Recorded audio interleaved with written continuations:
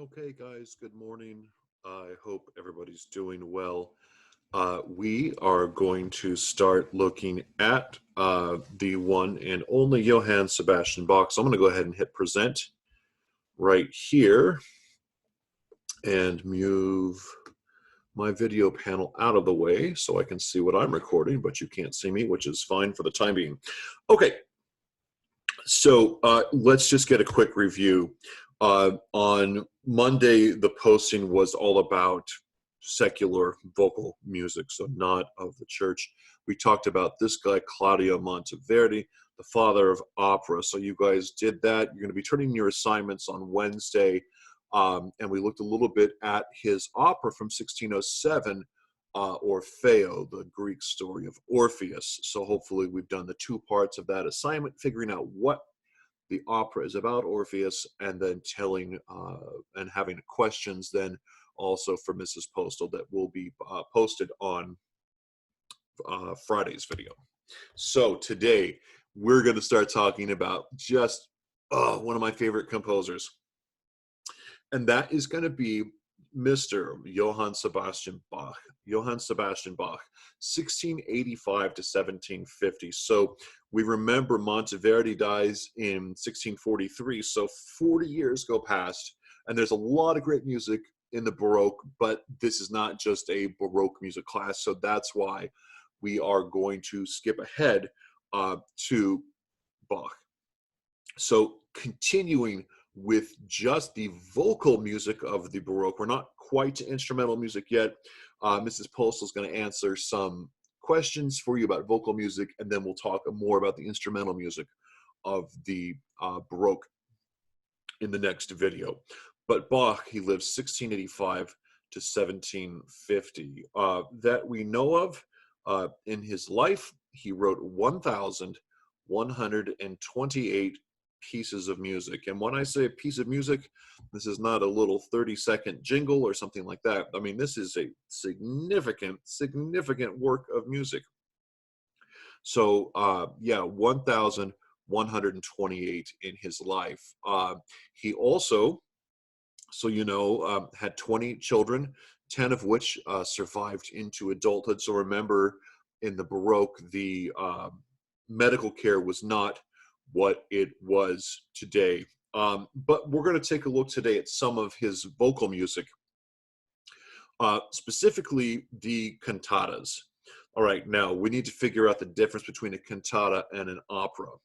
And what I'm going to roll with, and this makes, I think, the most sense, is that an opera is staged. You see it on a stage. There's actors and costumes and all these things. With the cantatas, the topics could be comedy to very serious to even religious in nature. Bach wrote a lot of great religious cantatas, but they weren't staged. They were meant to be, you sat and you listened like a regular concert. So that, I think, is one of the major differences, is that we don't really see cantatas being staged in the Baroque. Certainly people might, maybe if it's, you know, if there's multiple parts or singing, they might look at each other while they're singing, but it's not on the scale of effects and costumes and all these things. So this is really this. And Bach, he wrote 200 cantatas. Pretty good. So we are going to look at one of his most famous. And yes, I've got my iced coffee. So in spite of the plague going on right now, some things will not change. My students, you'll know I always have my iced coffee. Speaking of which, we're going to look at Schweig stille, plaudert nicht. Be still, stop chattering, also known as the coffee cantata. Now, why would Bach write this song about coffee? Everybody, you know, in America today, all over the world, you know, and guys, you know, I've been to a lot of places, and there's very few places on earth where you can't find a Starbucks or something like that. But we need to, again, start thinking back to 17th and 18th century, so the 1600s and early 1700s during Bach's life. Now, this is a great piece of music, but we have to think about this and something brand new. There's a couple new things coming into the old world Europe from the new world, because remember, 1492, we start really the age of discovery. And so, 100, 200 years later, we see Bach being born about 200 years after Columbus makes his first voyage, not quite 200, but almost. And remember that from the new world, products coming back to the old world Europe, things like, well, coffee, chocolate, and tobacco. Now, we're not going to worry about tobacco because we know that's not good for us and we're not going to be little smokers. But coffee and chocolate, right? So this is a real luxury when it first starts coming back to Europe. And of course, evidence suggests that as far back as 450 before the Common Era in Mesoamerica, um, people in Central American, Mesoamerican civilizations are harvesting cacao beans and and eating them as medicine and making chocolate. So this is not new to the old world or to the new world, but to the old world in Europe, it's very, very new. And so just like us today, I see so many people in New York City. They go to Starbucks, they go to Dunkin' Donuts, they go to their favorite coffee shop. What do? You go in, you get some coffee. Maybe you get a pastry. I know here, maybe we get a bagel. Maybe you get a croissant. Maybe you get a chocolate donut, I guess. I don't know. But you get something. And do you go by yourself? Yeah. Is it more fun to go with friends? Yes. So this kind of cafe coffee culture is still really new to Europe. And between 1732 and 1735, in a city called Leipzig in Germany, Johann Sebastian Bach, went to a place called Zimmermann's Coffee House. Not bad. And what did he do? He drank coffee. And he may have had like a pastry or some food, and he met with friends, just like we do today. But this was really, really cutting edge. At the time, this was all like new products and finally accessible and available for not just the wealthy.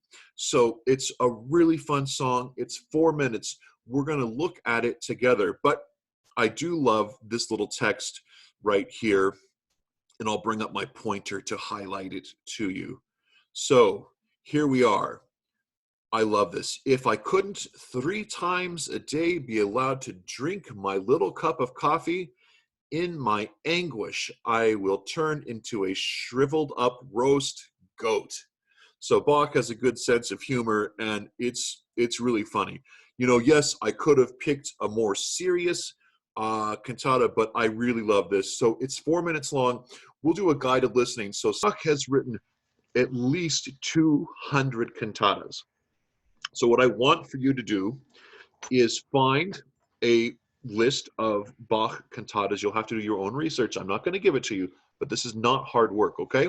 So you're going to find a list of the Bach cantatas. From there, I want you to choose one, and I want you to listen to it. And that should take, 10, 15 minutes. After that, you listen to it. I want you to describe it to me. Give me the title of the cantata, when it was written, and a description of the music. What instruments do you hear? All that kind of stuff. When was it written? Why was it written? What are the lyrics about? So do some song research, just like we did in Calypso, but now for this. And so we'll leave it at that. The Friday video, we're going to answer questions about Baroque vocal music, and then we're going to get into Baroque instrumental music, and we're going to look a little bit more at Bach and also Vivaldi. And so I think it's going to be a great lecture topic. I think it's going to be a lot of fun. But so song research, pick a cantata. I need to know when it was written, maybe why it was written, what instruments were used in it. You need to listen to it. Include a link to the YouTube or whatever so I know you listened to it, okay? I'll leave a list on the document, but that's the assignment. Have fun. and really, you get to listen to some of the best music ever written. So this is a great assignment. Okay, guys, good luck, and we'll talk to you soon. All right, bye bye.